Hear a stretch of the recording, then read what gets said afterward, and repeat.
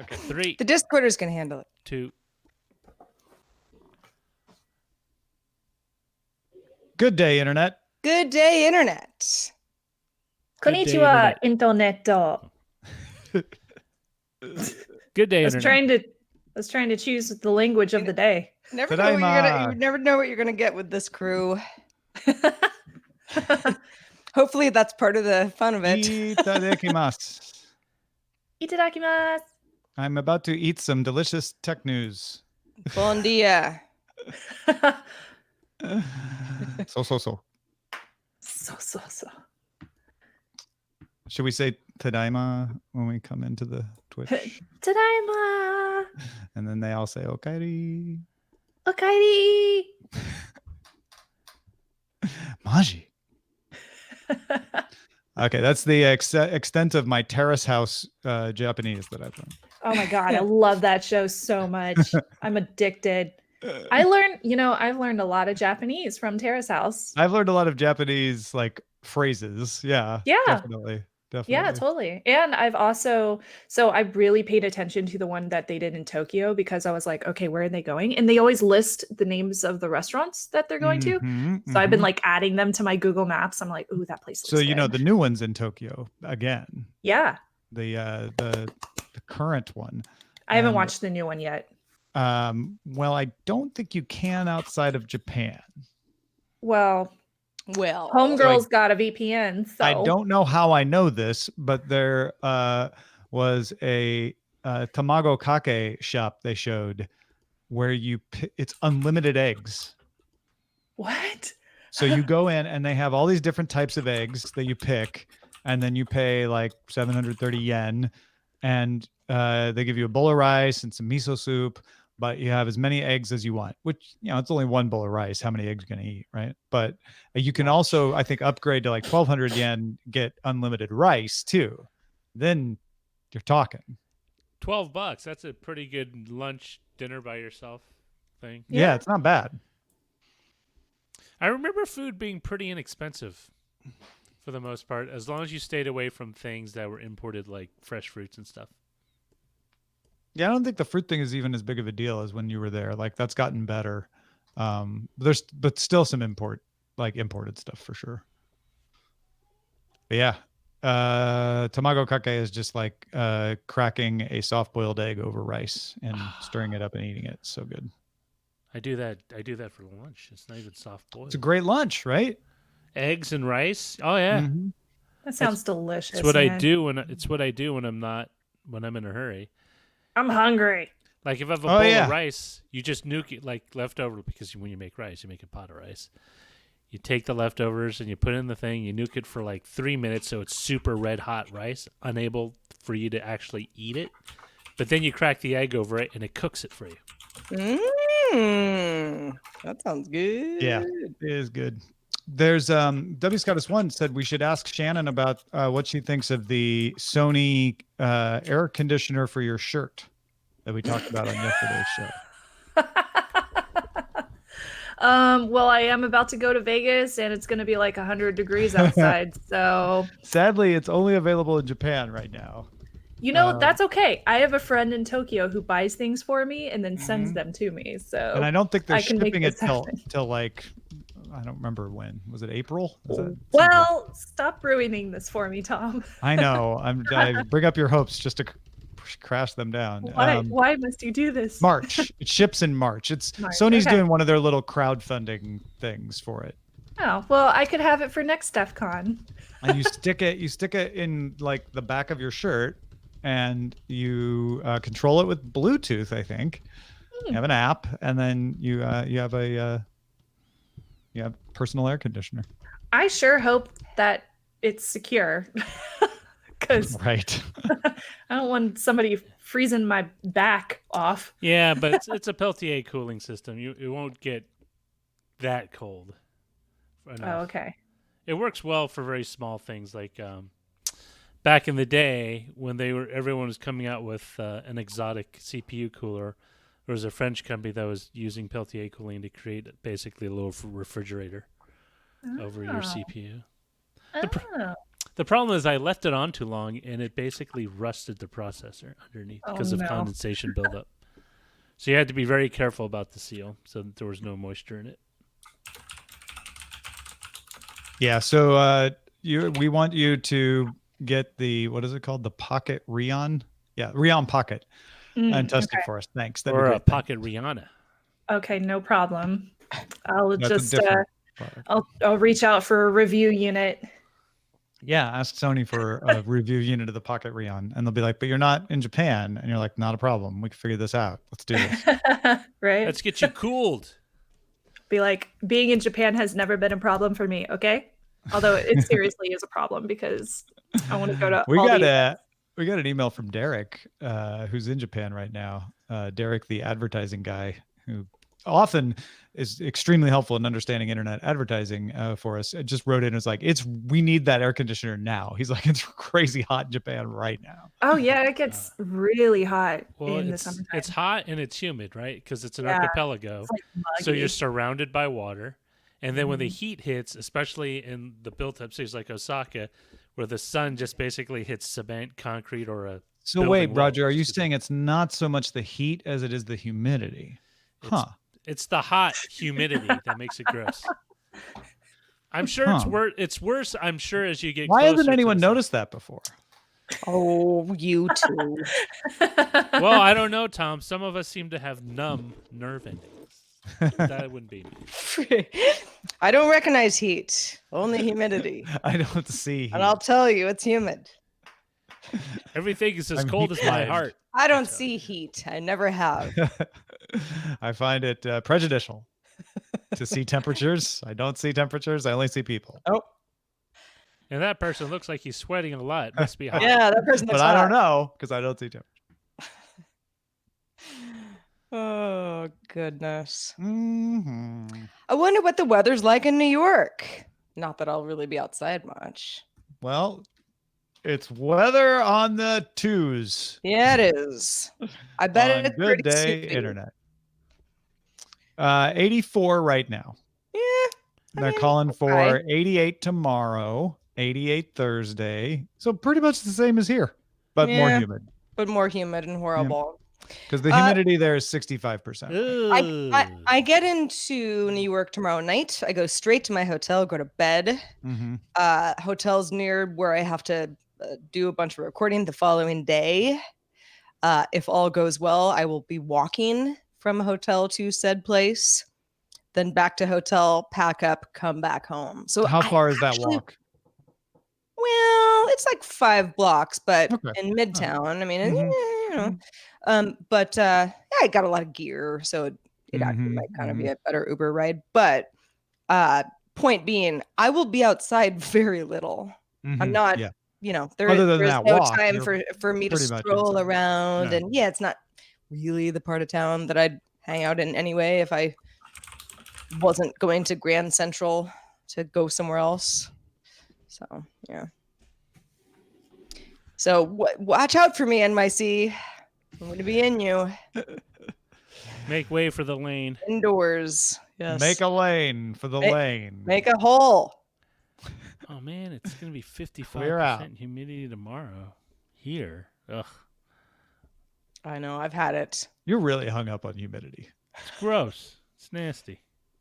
Well, listen, I wasn't born in a swamp. I'm not acclimated to it. Even people who are born in swamps don't like it either. No, that's true. Yeah. It's not like humidity is something that people relish in.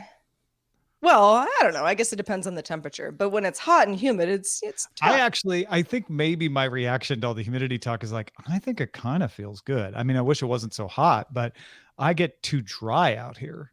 And so having a little bit of humidity is not bad. Right. 50% starts to be too much.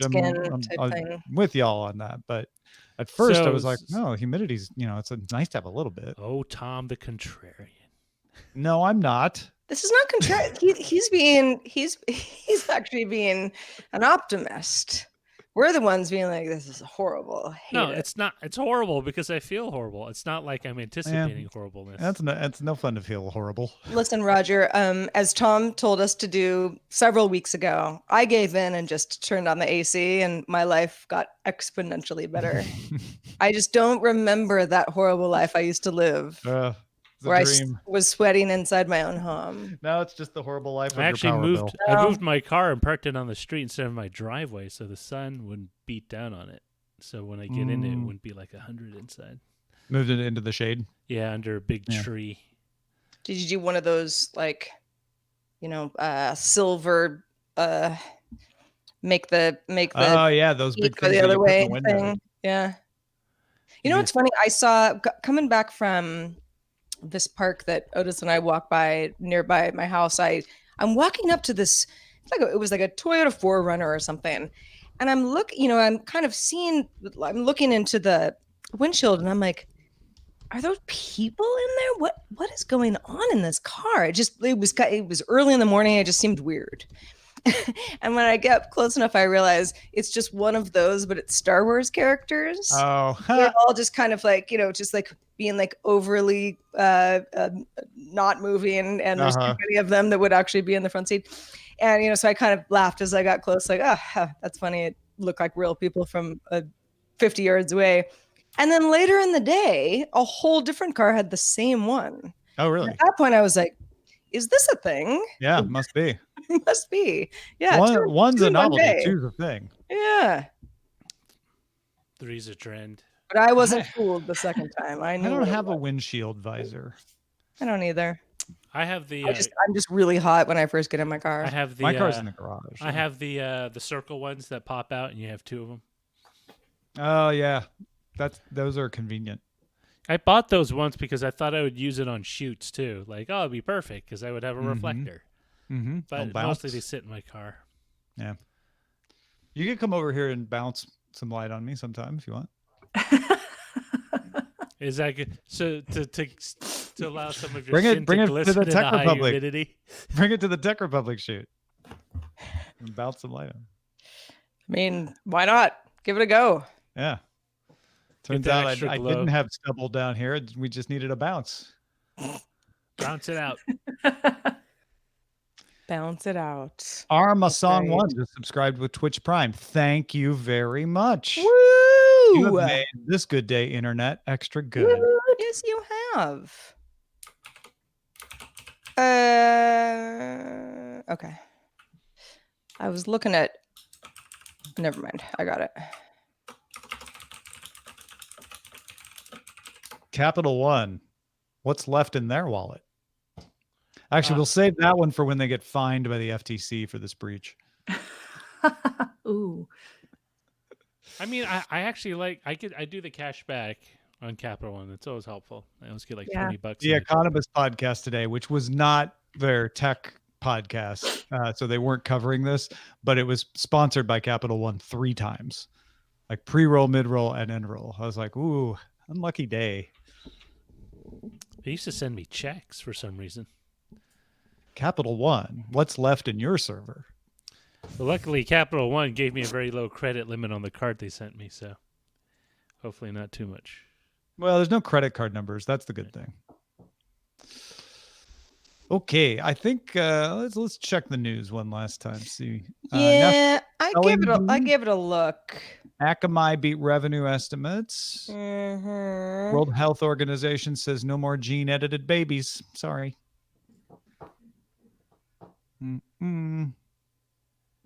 Greek mythology drama Circe ordered for HBO Max. Wow. Killers. That's based on the book we read for Sword and Laser. All right, I'm ready to go then. Everybody else, how you feeling? I'm feeling extra ready. Extra Lent. That just sounds like Lent went like 10 weeks. How long do I have to give up chocolate? It's not just a week, it's a season. All right. It's 40 days, 40 nights plus. That's crazy. Okay. Here we go in 3, 2. Coming up on DTNS, the scoop on the Capital One data breach, good news for image sensor company Sony, and whether infinite scrolling should be illegal. This is the Daily Tech News for Tuesday, July 30th, 2019 in Los Angeles. I'm Tom Merritt. And from Studio Feline, I'm Sarah Lane. From Studio Threatwire, I am Shannon Morse. And I'm the show's producer, Roger Chang. We were just talking to Shannon about egg rice and her thoughts on the Shirt air conditioner from yesterday's show. That's all on Good Day Internet, plus some late breaking news. If you're not getting Good Day Internet, figure out how at patreon.com/DTNS. Let's start with a few tech things you should know.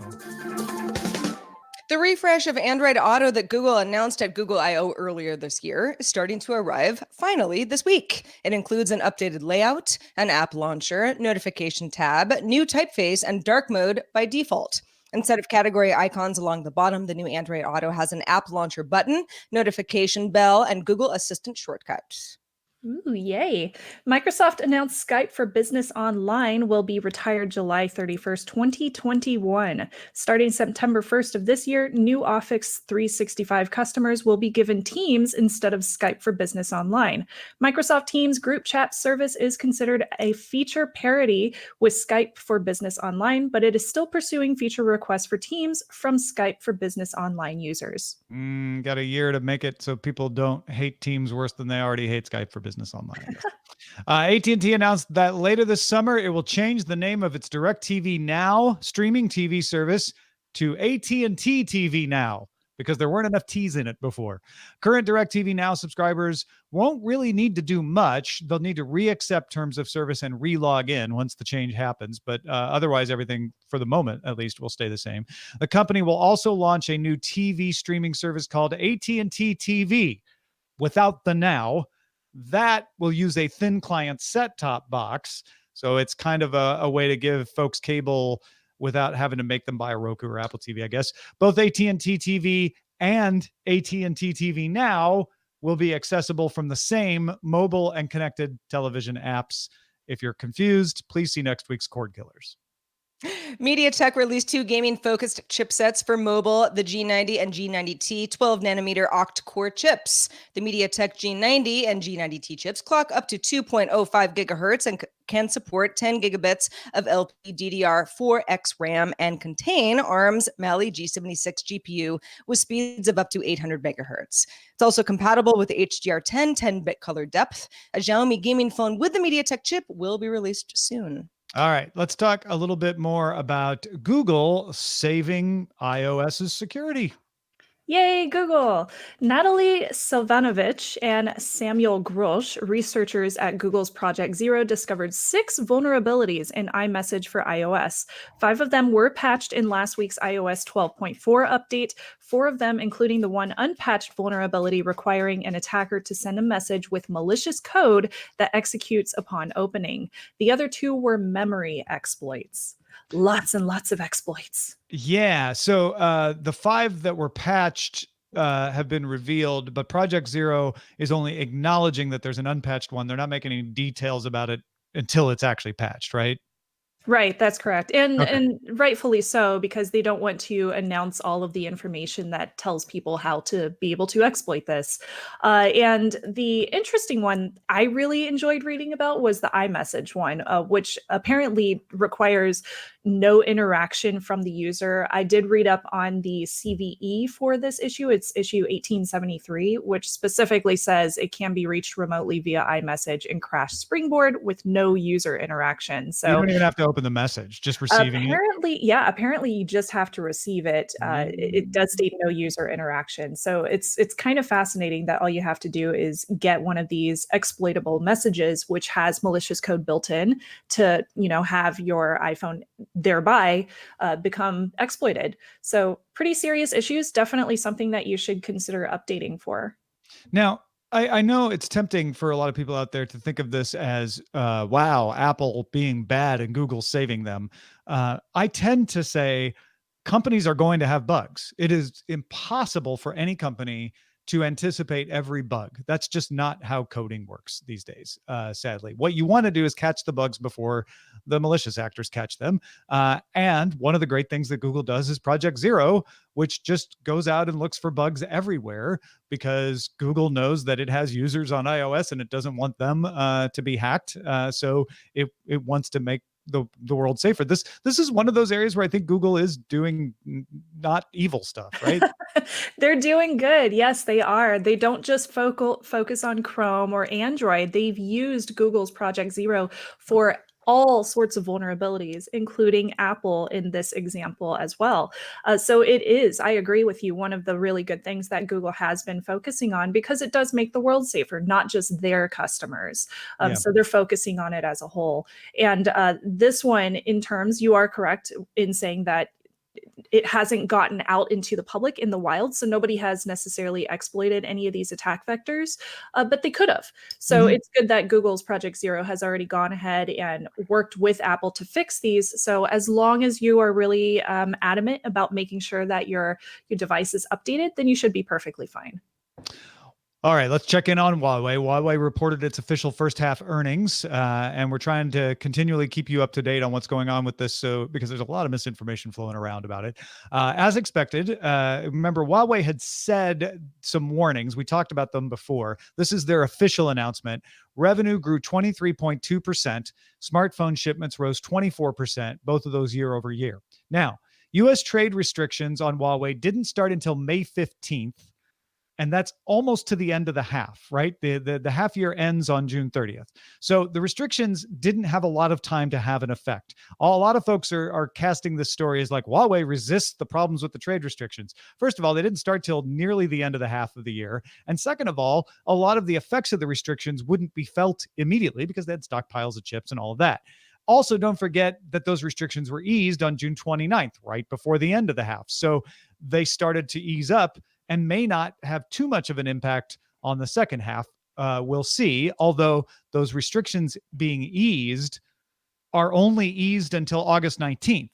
We don't know if they'll extend the easing of the restrictions past that. So that's where we're at. However, Q1 revenue at Huawei had been up 39%, and a half of restrictions seems to have had an effect because they were only up 23.2%. So even that short month seems to have brought down Q2, which usually is a little bigger than Q1.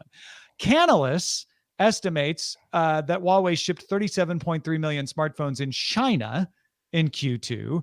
That's up 31% in China, raising Huawei's Chinese market share by 10 points, while all other competitors, Oppo, Vivo, Xiaomi, and Apple, saw declines. So the trade restrictions may also have had an effect in China, causing the domestic market to rally behind Huawei. Last month, Huawei CEO Ren Zhengfei said the restriction would cost the company $30 billion in revenue. They're not changing their tune. They're saying, yep, this is still going to impact us in the second half. Huawei also said it had secured 50 commercial 5G contracts around the world and shipped more than 150,000 5G base stations around the world. On the one hand, that means, hey, they're still selling their 5G equipment, even though the United States is trying to convince countries not to buy them. But that's not a huge number. It's not as small as it may sound because we're talking about big networks. We're not talking about mass markets like phones, but it's not them selling to a ton of countries out there. So it sounds like the very short version of this is Q1, not bad. Q2, not bad. Q3, we might see some long-term effects of what Huawei is going through. Although the Chinese market, if it continues to double down there, which why wouldn't it, is stronger than ever. Yeah, Q2 was some impact for the bad, some impact for the good. We'll see if that carries on. Depends on whether those trade restrictions stay eased. Then it probably won't be so bad, but they are going to have a slowdown. So that's where you are. Huawei isn't in great shape, but they're not in horrible shape. And I think that's probably right where trade negotiators for the United States would like them, so that, it's not pushing them too far to the edge, but you're still saying, hey, we could make it worse if you don't deal with us. That seems to be what's going on. In other earnings news, company called Sony, it's an imaging sensor company, perhaps you've heard of it, reported record operating profit on strong demand for multiple lens cameras for smartphones. Profit from image sensors was 49.5 billion yen, up from 29.1 billion just a year ago, and offsetting a 9.6 billion drop in Sony's gaming business. Sony's smartphone revenue also dropped by 15% over last quarter, so not doing great in that in that area. Sony warned that tariffs on Chinese products in the US could cause a game console price hike, which might also slow PS4 sales even more. The PS5 isn't expected to arrive until late next year, so we're at least a year out from that. Also, it's estimated that Huawei accounts for 15 to 20% of Sony's image sensor business, leaving questions about how they may be affected as well. Yeah, I mean, it ties back into that last story. If Huawei turns out to be okay, then Sony will probably still be able to keep selling them image sensors. If Huawei suffers and can't build the phones, then Sony won't be able to sell them image sensors. It's not about whether they're blocked by trade because Sony's a Japanese company. It's whether Huawei is going to be in a buying mood if they're in shape to buy the sensors. I really hope that it doesn't hurt Sony's imaging sensor business because they do make incredibly quality camera sensors, not only for smartphones, but also their own lines of point and shoot and DSLRs as well. What I am very curious about is, the PS4 sales. Obviously, those are going to drop off since the PS4 is an older console at this point with lower end features compared to what we are starting to see announcements for. But they are intending to sell that PS5 late next year. So hopefully, with all the trade disputes and everything, hopefully that doesn't mess with the tariffs too much, because I really don't want to see a price hike on consoles personally. I really, really don't. Yeah. And Sony, like many companies, including Apple, throwing out the warning saying, "Hey, let's not put those tariffs on US." Those warnings, I don't think, have any effect on whether the tariffs are going to go into place or not. It all depends on other political considerations, but it might raise the price of your PS4, which would slow sales of PS4, which would also not be good for Sony. So. And that would in turn probably slow the sales of PS4 accessories, some of which are made in the US. Yeah, it could have a cascading effect. You're right. Mm-hmm. Real quickly, Shannon, before we get to the next story, Apple earnings coming in, Sarah. We'll probably talk more about what they mean after we hear about the call yesterday, but how are they looking? Well, it's a mixed bag from what we're seeing. And again, very preliminary. Q3 revenue of $53.8 billion, which is up 1% year over year. Not a big jump. Record services revenue of $11.5 billion, up from $10.2 billion year over year. iPhone revenue alone of $26 billion, which is down from $29.5 billion year over year. Stock is up a little bit, and it will probably be fluctuating quite a bit before we're done with the show. All right. Shannon, tell us how Nintendo did. Yay, consoles! Nintendo announced it had sold 36.87 million Switch units worldwide. Nintendo sold 12.13 million Switch units this past quarter, up 13.2% increase over the last year. 3DS sales were down 45% on the year, ahead of the Switch Lite. Nintendo's operating profit dropped 10.7% year over year, although net sales were up 2.14% at 172.1 billion yen. Nintendo also said Super Mario Maker 2 just on its own sold 2.42 million units in 3 days during the quarter. That's a very large number. Yeah. That's just shy of 1 million a day, isn't it? Yeah. I can do math. No, really good Nintendo quarter. Even though the revenue was down, that was expected. And what they want to see is these strong Switch sales units. And I think a lot of people weren't sure if the Switch Lite announcement would undermine Switch sales or undermine 3DS sales. And it looks like it undermined 3DS sales, which is, I think, what Nintendo would want. They want people to go from the 3DS to the Switch Lite. They don't want to undermine the Switch main console sales. Yeah, it's not that surprising to me at all that the Switch Lite ended up doing that with the 3DS, especially because the Switch Lite has compatibility with games that are currently out for the Nintendo Switch. And not only that, but they will be introducing the one that has better battery, the full-size Nintendo Switch that's compatible with your TV too. So I have a feeling that we're going to continue seeing Nintendo really competing in that market because they have been doing just a great job this past year. Let's talk about social media and our addictions to it. U.S. Senator Josh Hawley introduced the Social Media Addiction Reduction Technology Act, aka the SMART Act, that would make it illegal for social networks to use infinite scroll or autoplay media. Achievements that don't substantially reward users, for example, Snapchat's streaks, would be against the law, and networks would be required to provide a natural stopping point that encourages users to take a break. No social media network is going to want you to do that, but okay. Exceptions would be made for music-focused services. The U.S. FTC and state attorneys could take action against companies, and the FTC and Department of Health and Human Services could jointly write new rules for new features should this go through. How do we think the chances are? It's not good. Senator Hawley has been behind a number of tech-focused attempts at bills. I'm sure they will help him in his campaigns. None of them have got traction. I don't expect this one to get any traction either. Neither do the people who are much smarter about this stuff at the Hill and Justin Robert Young and them. But it is interesting to look at because it says stop autoplay media, which immediately has me irrationally excited until you read the bill and you find out he carves out an exception for advertisements. No. Yeah. So no, I am not in favor of this bill at all. And on a more serious note, legislating features, or as Tector put it, appointing the U.S. Congress as the product manager for social networks, never works out well. No. It's too specific. If you're going to legislate, you need to legislate towards results. You need to legislate against harms. But this is telling social networks how to design their products. And as well-intentioned as it may be, it always has unintended side effects and doesn't work the way people wish it would work.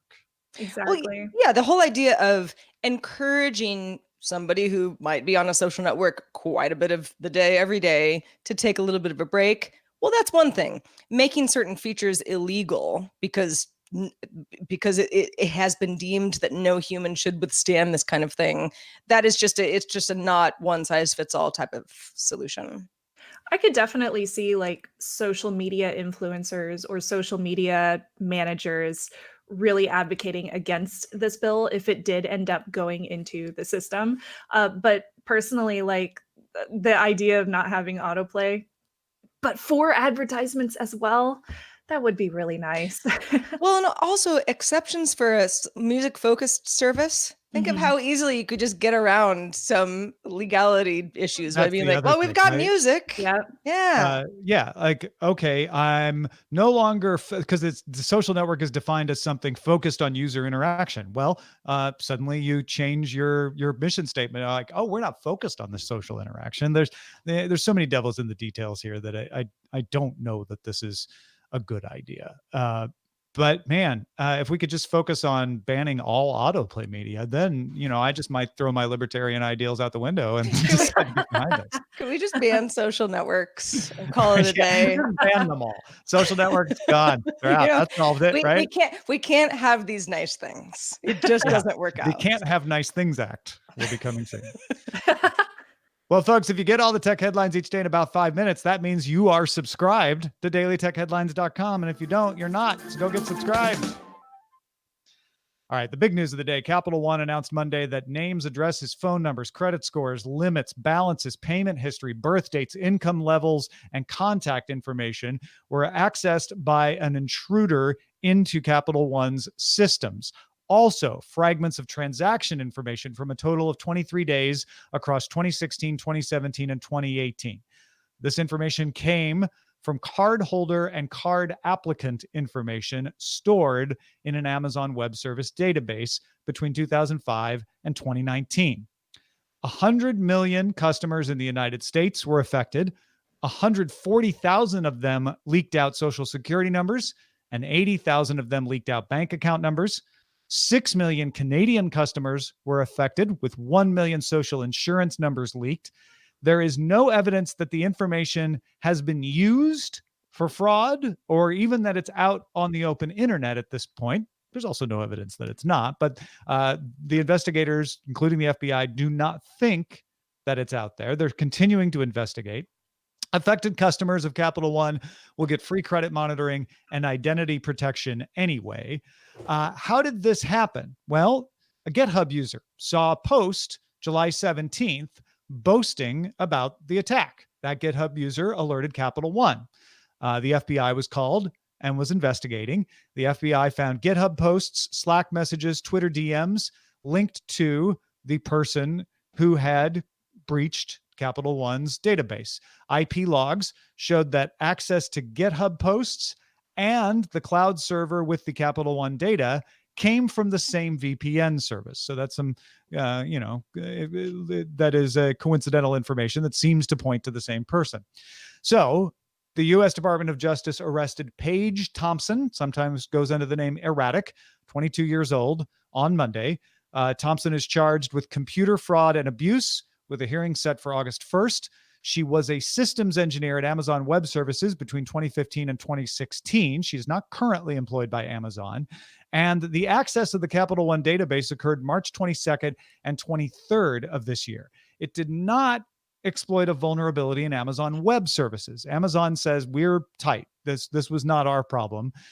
What Paige seems to have done is exploit a misconfiguration of Amazon Web Services of Capital One's web app firewall. Capital One says it was a misconfigured web app firewall in its own infrastructure that Thompson accessed. The maximum penalty that Thompson could face for computer fraud and abuse is about $250,000 and 5 years in prison. And a class action lawsuit has been filed in federal court Tuesday morning against Capital One, probably for negligence in allowing this to happen. The attorneys general of New York and Connecticut have also announced their investigations as well. This is a bad breach, Shannon, in that it has social security numbers and bank account numbers. Could have been worse. It doesn't have credit card numbers.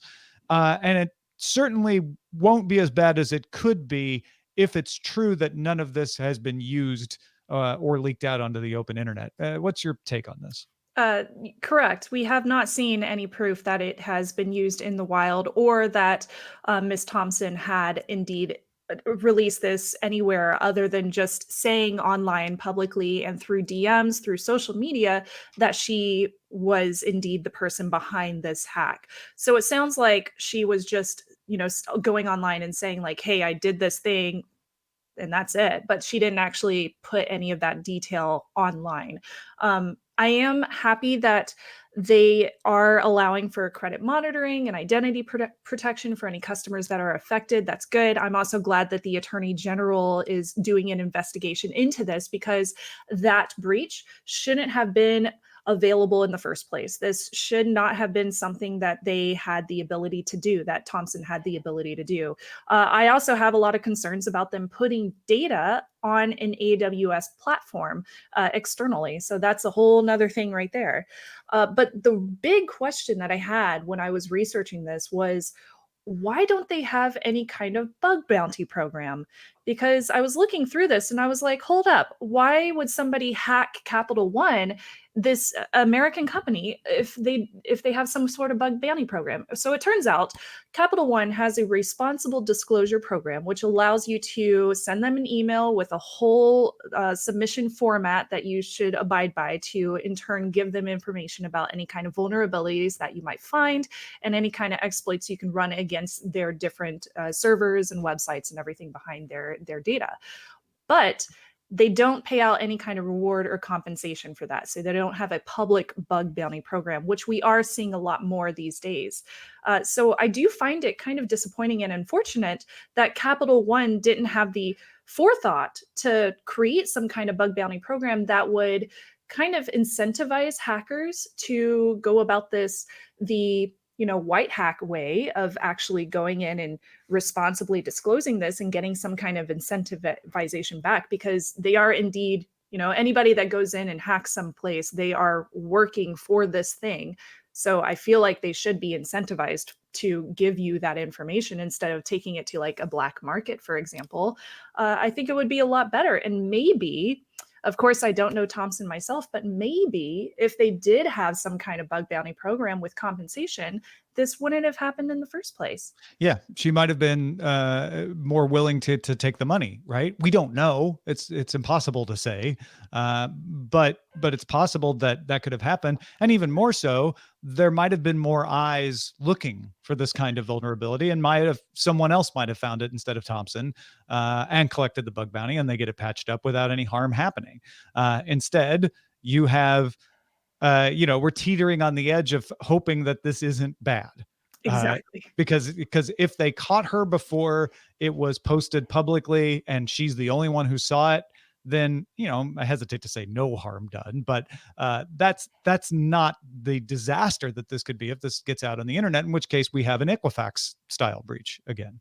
Yeah, and definitely, still harm done, because I do feel for hackers, especially young ones who may not understand what position they're putting themselves into if they do put this kind of information out there, or if they do these kind of hacks illegally, because there is a lot of responsibility that they end up having to deal with if they end up doing something like this, even if it's accidental, or if they just don't understand the legal guidelines that they should be abiding by, especially here in the US with the Computer Fraud and Abuse Act.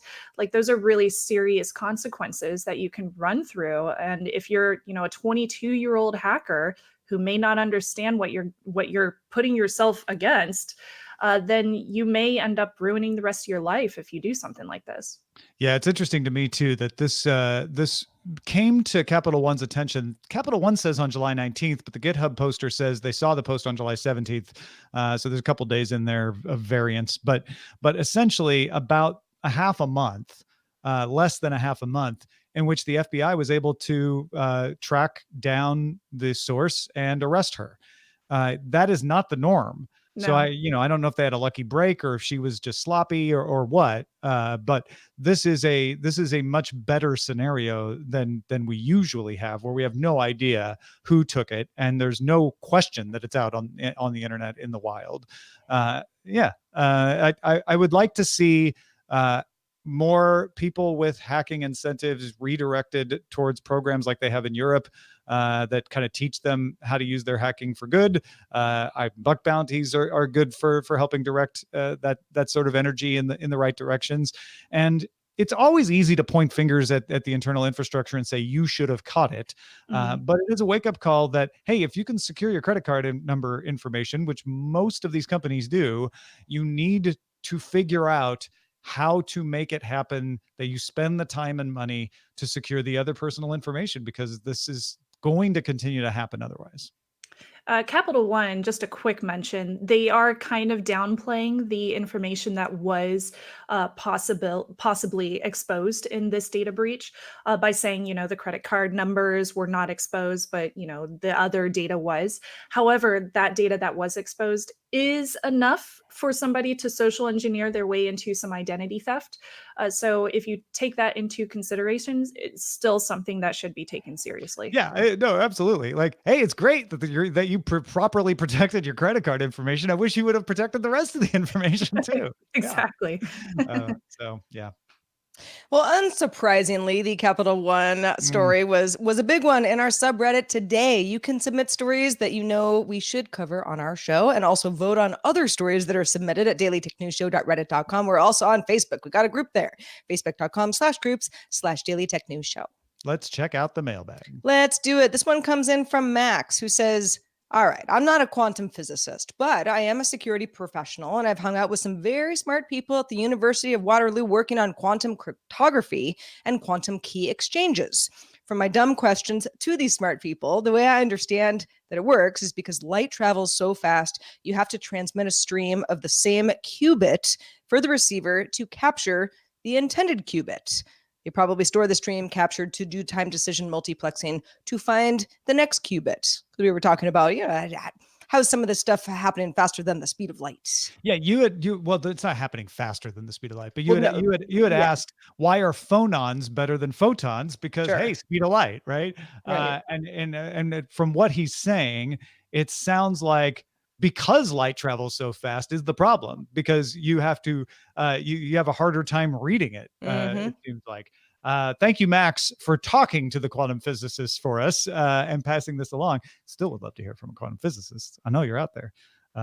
If you can figure out how to explain it to us, that'd be great. But in the meantime, thank you, Max. Really appreciate that. Thank you, Max. And also thanks to Shannon Morse for being with us 2 Tuesdays in a row. We should be so lucky to have you again next Tuesday. Let folks know where they can keep up with your work in the meantime. Oh, you're so sweet, Sarah. I just announced a really exciting special offer over on my Patreon. It's patreon.com/threatwire, where I'm sending out personalized video thank you messages to anybody that signs up at any of the tier levels.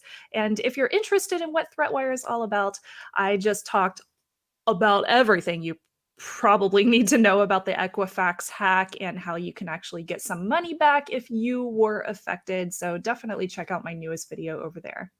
That is true. Patreon.com/threatwire. Also, folks, if you're a patron, you got Shannon in your box this morning with a special Threatwire cross post about the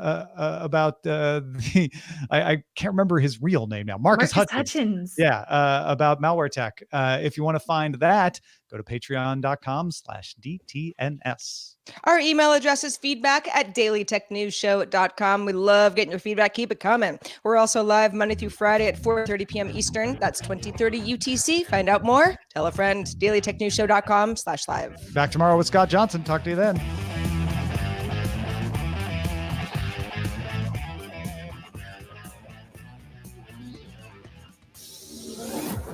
This show is part of the Frog Pants Network. Get more at frogpants.com. Diamond Club hopes you have enjoyed this program. It's Starbuck.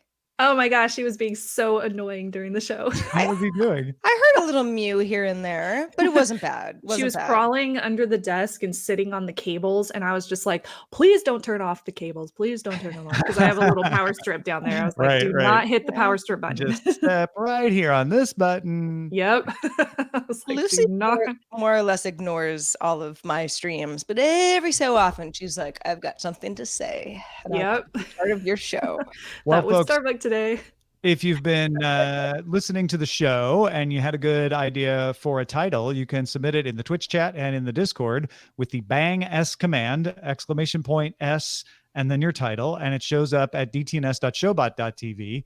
And in fact, if you have a good title for Good Day Internet as a whole, you can submit that with the bang G command, and it shows up at gdi.showbot.tv. Looking at dtns.showbot.tv, we have Matuba suggesting what's in your wallet. Oh, wait, we already know. That's funny. That's funny. We also have Capital Lost, Capital Crime, Capital One, what's left in my wallet, Capital One, everyone knows what's in your wallet now. Really says something about Capital One's advertisements, doesn't it? Good, yeah. They're yeah. Capital 100 million records stolen is pretty good too. Dude, that's a good one. I like it. You want to do the Capital 100 million records stolen? Yes. AJC with that one. Well done. All right. That's pretty funny. Good work, AJC. And then our Good Day Internet title suggestions include Hung Up on Humidity, Make Way for Sarah Lane, It's Starbuck. Oh, I'm amazed no one did. Oh, the humidity. Make way for I don't know. Oh, make a hole. Make a lane. Yeah. Mm-hmm. One's a novelty, two's a thing, three's a trend. That's good. That's true. Hung Up on Humidity, or you could just do the humidity if you want. Yeah. Roger that. Yeah. Oh, that's a good one. Right. I'm Capital 100. Capitals is CAPITAL. Capital, yeah, is with AL, yeah, correct. Not to be confused with our nation's capital. Now, Max, the friend of quantum physicists, also wrote to us about wine prices, because we were wondering yesterday why wine seems less expensive in other countries. And it sounds like Starbuck has some thoughts on that too. Starbuck is, she's a lady who respects a good deal. She does. She's a wino. She says, I love wine. I don't want to overpay. Max says, I was curious if it was tax related and researched it myself. The TLDR, to a link that he sent us, is that there's a 3-tier distribution system in the United States designed to be inefficient, which costs more money. However, the internet is changing this. A system designed to be inefficient. What does that mean? Designed to be inefficient. Are you just saying there's middlemen involved? Well, did you click the link and read it? That's why he sent the link. I haven't, so I don't know the answer. I to am that. trying to post this, but Yeah. I will read it as soon as I can. The three-tier system, how wine is sold in the U.S. Grape growers sell it to wineries, who sell it to importers, who sell it to distributors, who sell it to retail and restaurants, That who sounds sell it about to right. you and me. Yeah. I have a cousin, second cousin. I don't know. He's a cousin married into the family, but he's a wine distributor. He works with wine distribution companies in the U.S. So I can totally ask him about this. Here to answer Roger's question is the system was intentionally built to increase the minimum price of alcoholic drinks to control alcohol abuse in the 1890s and decrease the political power of large producers who could create a monopoly in the market and limit customer choice. Wow. Okay. That's kind of fascinating. Well, disrupted internet. So in the United States, the winery would charge $2, and if bulk wine were allowed, you'd pay $7 for that bottle of wine. However, that's not the way it works. Instead, we have all of this three-tiered system that causes the price to go up and up and up. There's also just, I don't know. I mean, I don't know if everyone sort of has like a middle of the road bottle of wine that you would get for a dinner party or something where you're like, it's not too expensive, but I know I like it. That price varies very widely where, depending on where you're going. Going to a big grocery chain, is there a club card involved? Are you going to the corner store on the, at the end of the road? Is it sort of a fancier wine shop? I mean, there is no set price for, unless it's the really $2 check stuff, that's always $5. It's which is fine, by the way. That's what you like. But yeah, the prices for wine that I actually know pretty well is super inconsistent. Always has been. Well, yeah, and it will continue to be. I mean, that's not unusual, right? Yeah. But it's also consistently higher than it should be, even though it varies from place to place. The cheapest that you can find probably should be cheaper. And that's where this three-tier distribution system seems to be affecting it. But with the internet coming along, suddenly you can buy direct and get it for a lot cheaper because you can have it shipped directly to you. At least that's what it seems like. It's funny because I went to on a vacation to France some years ago.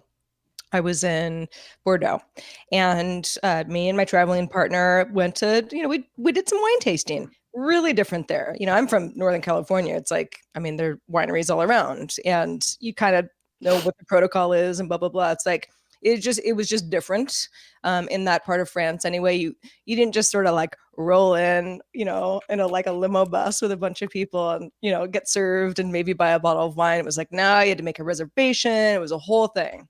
It just isn't the social activity, that's kind of like fun and casual that I'm used to. But all of the kind of distribution methods sounded pretty much like what Max was talking about. That part of it wasn't real different. Yeah, but I think what I left out, because I haven't actually fully read this article, is that there are taxes on each part of that distribution system in the US. Yeah. It's not that there aren't wholesalers and retail shops in France. It's that all they have is VAT.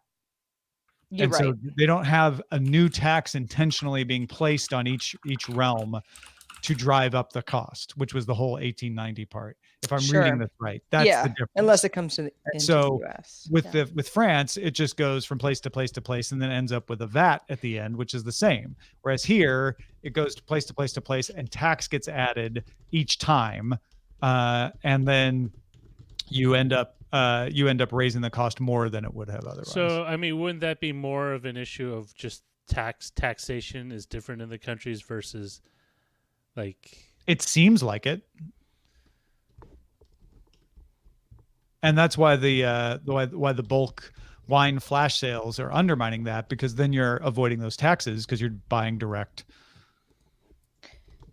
So do we all move to France? Well, I don't really drink wine anyway, so it's not a big deal. Roger's fine. Yeah, he's good. Also, Tom knows what happens when I drink red wine. I have a picture. Actually, that was rum. It was rum. No, remember I was in the CNET office. It's a fleshy thing. It's a on my back thing. I'm gonna snooze for a few. Oh, right, I forgot about that. Yeah. Well, and that wine kind of does that to everybody. I mean, that does it to me in the first 10 minutes. Yeah. I mean, I actually don't drink red wine. Speaking of Bordeaux, because it just gives me a headache and makes me fleshy and super tired. Yeah, just like I drink whole bottles of red wine. Cold bottles of red wine. Whole bottles. Oh, whole bottles. Yeah, I thought you're supposed cold to chill animal, red maybe. wine. I go ham cold with bottle. red wine. There's actually there's a contingent of red wine drinkers that feel like drinking them chilled is perfectly fine. Always seemed a little bit weird to me, but I don't know. Yeah, it's not me. People drink cold coffee too. I'm sure people had ice cubes too. Iced coffee, yeah. Yeah. I don't want ice in my wine because I don't want water. It'll get watered down. But then traditionally, people didn't drink wine direct. They added water to their wine. Wine was just a way of concentrating a drink. It was the original fountain beverage, right? Yeah. You just add the Really? water. Yeah, if you read all the Greek like Homer, all the Greek plays, they always talk about sitting down and watering their wine. That was the traditional way you did it. In fact, in a few places, there's an insult of like he doesn't even water his wine. Like what a savage. Yes. Oh, because you're drinking it straight. Yeah, like you're not even civilized enough to water it down. Yeah, and make it taste proper. It's like somebody putting A1 on steak. It's like putting ketchup on steak. Right. I guess it would be more. That is actually really bad. What? What's meatloaf? Where was that steak recipe? Somebody sent us a steak recipe that was amazing. Might still be in the inbox. Yeah. Hold on. I'm going to try to find that. And by the way, I'm somebody who puts A1 on steak. So that's the joke for anybody who missed GDI yesterday. I am a very pro A1 steak sauce. Oh, yeah. Do you like Worcestershire? I do. Yes, I do. Princess Willy. It's way too long to read, but has all of this stuff about cooking a steak in a cast iron skillet or carbon steel, just over salt and pepper because it'll fall off during the cooking process. Finishing off in the oven. Oh yeah, no, that's how I was taught to do it. Finding a good steak, making sure it's not pre-frozen. Don't get it more than 1.5 to 2 inches thick, because then it's too hard to cook. That's the number one mistake a lot of people do is they get too thick of a cut. They get too thick of a cut. Or resting, they don't rest. People forget to rest it. Only thing I need to rest is my fork. Even this all sounds really hard to me. It's very involved, which is why most people don't. Stove, I don't want to finish in the oven. It's not as bad as it seems, though. Like I know. I'm sure it's not. Once you do it, it's like, so I salt and pepper it. I put it in the skillet for this long. Then I put it in the oven. Then I put some butter on it. Let it rest for 10 minutes. And then I'm done. Well, the idea is when the skillet, you get the skillet super hot, and the idea is that you sear the outside of the meat, and then you put it in the oven to cook it the rest of the way. Yeah, right. I mean, I have gotten this wrong with chicken many a time, where the breasts are thick and they seem really done to me, and then you cut through them and they're not. Oh, this tastes funny. Well, I mean, it's once I see that, then it's like, throw it in the oven and just now it's going to be dry and whatever. I'll still eat it, but the thickness is an issue. I have put the butter on during the cooking, and it seems to be fine. Princess Willy says to put the butter on right out of the pan. I've never used butter. Well, because if you I think it's right out of the oven. Overheat your butter, it can get almost rancid-y. Yeah, that's true. Probably. But you'll burn it. You'll burn butter. That's the thing with butter, is especially when you saute. If you cook at too high a temperature, you'll scorch the butter. You don't want to. Actually. Yeah, I mean, many oils are like that too. You're avoiding that bad risk. for you.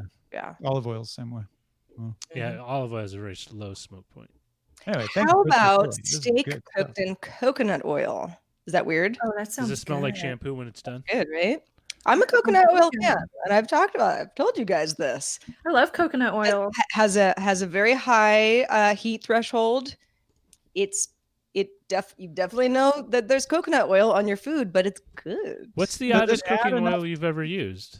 I don't What's feel that? like. I feel like butter just adds so much good taste. I'm not sure coconut oil would add the taste I'm looking for. It wouldn't. No, butter has that. I mean, it's Mhm. just it's creamy. Yeah. You All right. can't beat So it. it's not a replacement for butter, but if you're using any No, other kind of but I oil, just want to know if anyone's cooking steak in Mhm. coconut oil because I got a I have vat of coconut oil right here. I have cooked not steak. I have cooked many things in algae oil. Algae Whoa. oil. This I do not know. Algae oil is hard to find. Yeah. It has not yet caught on, and so it's kind of hard to find and kind of expensive when you find it. But it is sustainable for one thing, and it's got a very high heat point. So Mm, you can just that's cook, important for cook certain. it as high, as hot as you want, and the algae oil isn't going to burn.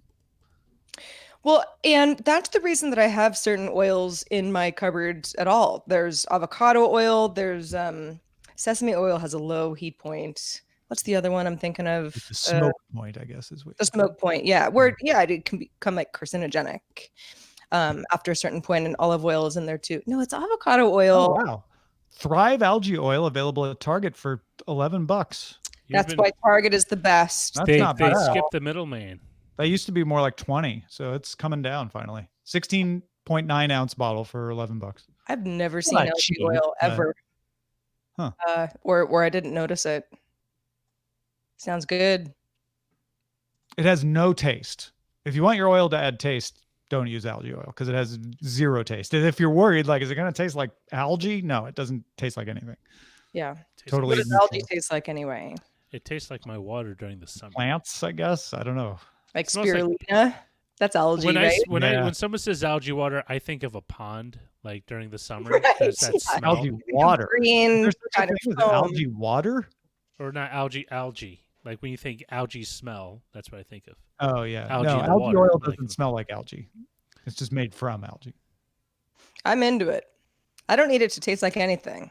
We Yeah. need to invest in oil. Invest in algae oil. That's right. We're going to drill in this pond until we hit algae oil. Once I'm done with my coconut oil steaks, it's algae. Because, man, all in. Roger, you're not kidding about it. The smell of algae in a pond. It is not pleasant. I thought you were saying there was also something called algae water, which I'm like, yeah, they need to rebrand that. I don't want to drink anything with algae in it Mm, because it probably has amoebas in it too. mm. We used to pull pond water out in science class and look at it under the microscope because pond water always has lots of critters in it. Sure. Oh, that sounds fun.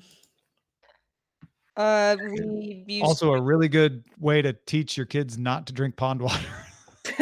is to be like, look what's in Look there. what's in there. Like, ew, okay, I'm not doing that. Was there some sort of a outbreak of pond water drinking? Where all the No, parents would it's be just, like, you "Let's know, get the microscope. So Parents- See I what think my dad just was like, I don't want you to drink pond water and get sick. Here, this is both educational and a good way Yeah. for you to understand yeah, water. it's a great deterrent. we had a guest on. We have such a good day. We come from the future.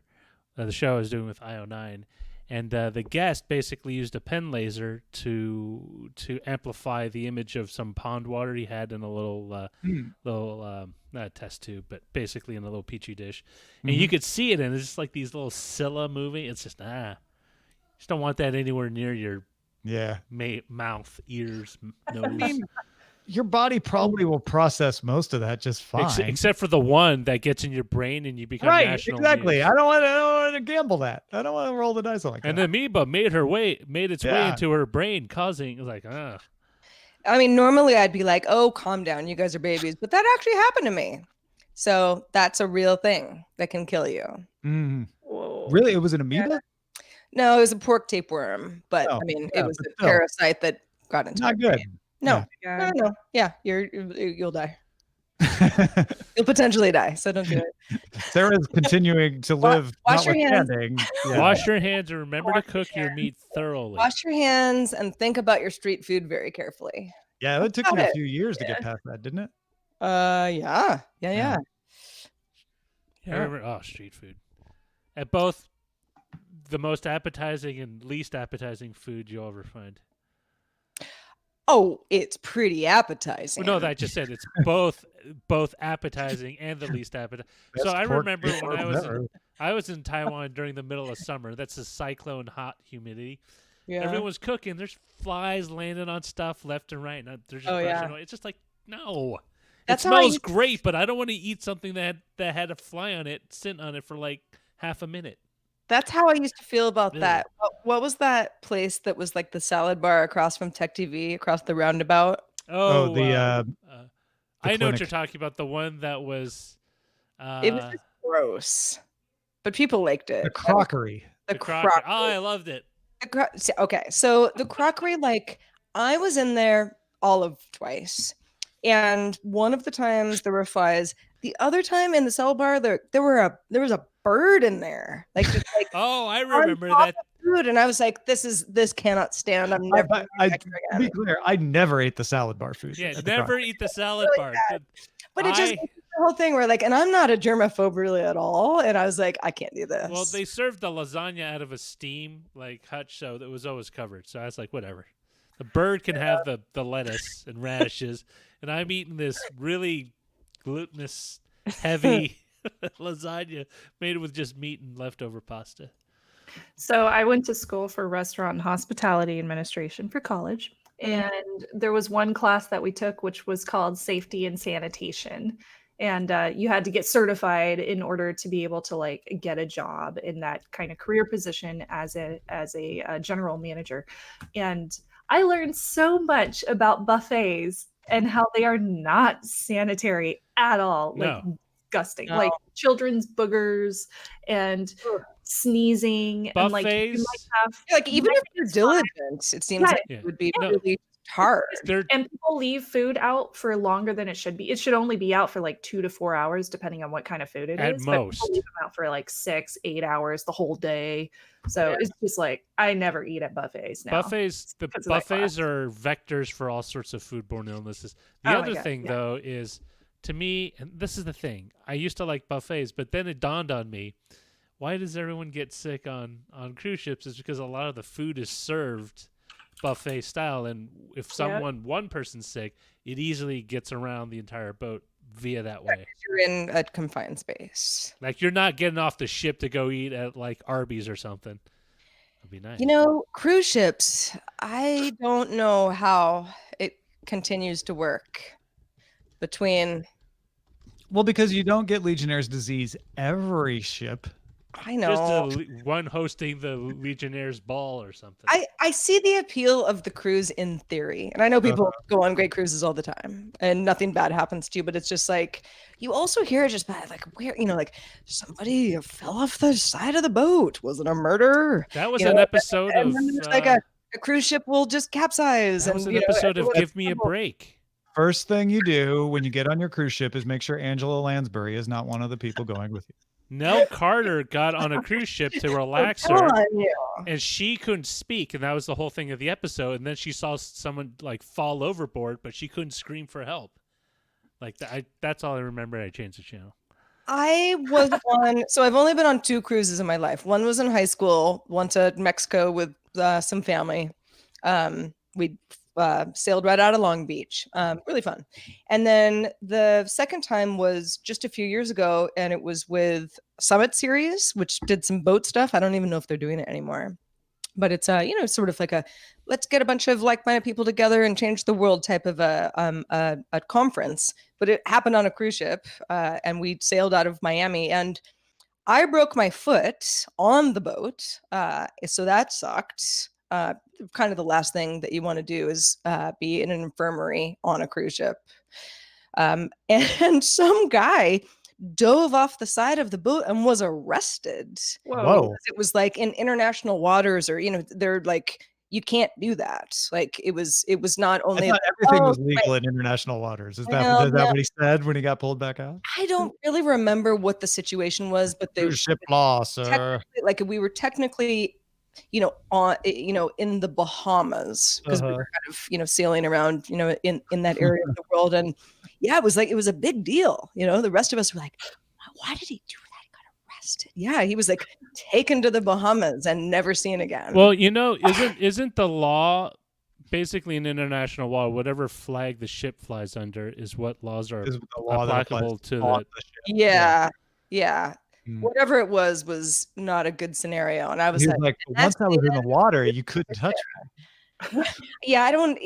It didn't seem to be something, people were like, is he He's trying like, to I just wanted to set up my pirate radio station. Why did you tell me? I think he was just like, oh, this is gonna be fun. Yes, that's the end of my cruise experience. I'm pretty much done with it. I have never been on a cruise ship. That's one thing I've never done. I've been on one cruise ship, and that was I a have. Queen Mary. And as you know, it's cemented into the dock, so it doesn't. Oh, go. well, I've been on boats that are docked. I've never been on a cruise, is what I was trying to say. Yeah. You've something- never We're been on a on those few. booze cruises that they do, like the Hornblower yacht in like San Francisco. Bay? Yes. That's not quite the same though. That's also not what we're talking about, but I've also never done that. I've Yeah. been on I've a been out on a gigantic. catamaran. That's different. Yeah, I've been on Royal Caribbean when I was a teenager. Windstar Cruise, which is like a 100-person yacht. It's very fancy. Like all the retired people do those. And then I've been on a booze cruise in North Carolina. Oh, and New Orleans. I've been on a Chevy cruise. That's close. Ironically, you also get sick of that. It's like, Yeah. Well, Veronica was driving, so no, it was fine.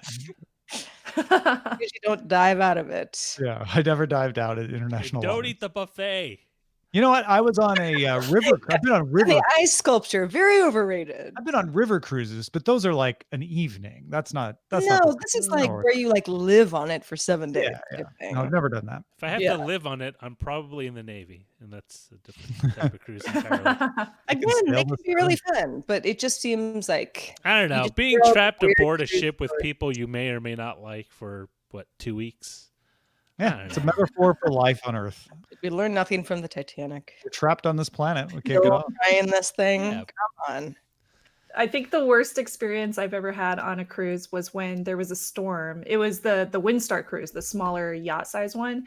There was a big storm. It was in the Mediterranean off the coast of Italy, and it started rocking back and forth. And since we were on the lowest level of rooms, because we're cheap, the porthole that you could look out, Was- like every now and then, anytime it tilted the right way, we went underwater, and it freaked me out so bad. I like rolled off the bed. as It long was, as the really windows terrible. don't open, right? Those windows. No, Oh, no, okay. the windows don't open, but it was still really scary because like you just go underwater and then you're very much aware of the fact that if something happened, You're stuck. you'd probably be screwed. Yeah. So it was It's like a freaky. submarine. Well, now you know Yeah. how it was to pay. What was it first class? What's the exact opposite of first class? Coach. Like coach. But Coach, yep. So I guess whatever that is. Yeah, on ships. Coach. Steerage. Steerage. Is what That it's was called it. Steerage. Yeah, on boats. Put you next to the rudder. Mhm. Yep. That's pretty much where we were. Okay, so if anything happens, try to make it here. But if not, enjoy it. Historic world said, no class is the opposite of first class. Yeah, swim with the fishes. Well, folks, I hope we've cheered you up with that talk. Please come back tomorrow for more. And thank you, Shannon, for being with us today. Yay, Thank Shannon. you. It was super fun. Everybody, please have a good day. Have a good day. Good day, internet. Good night.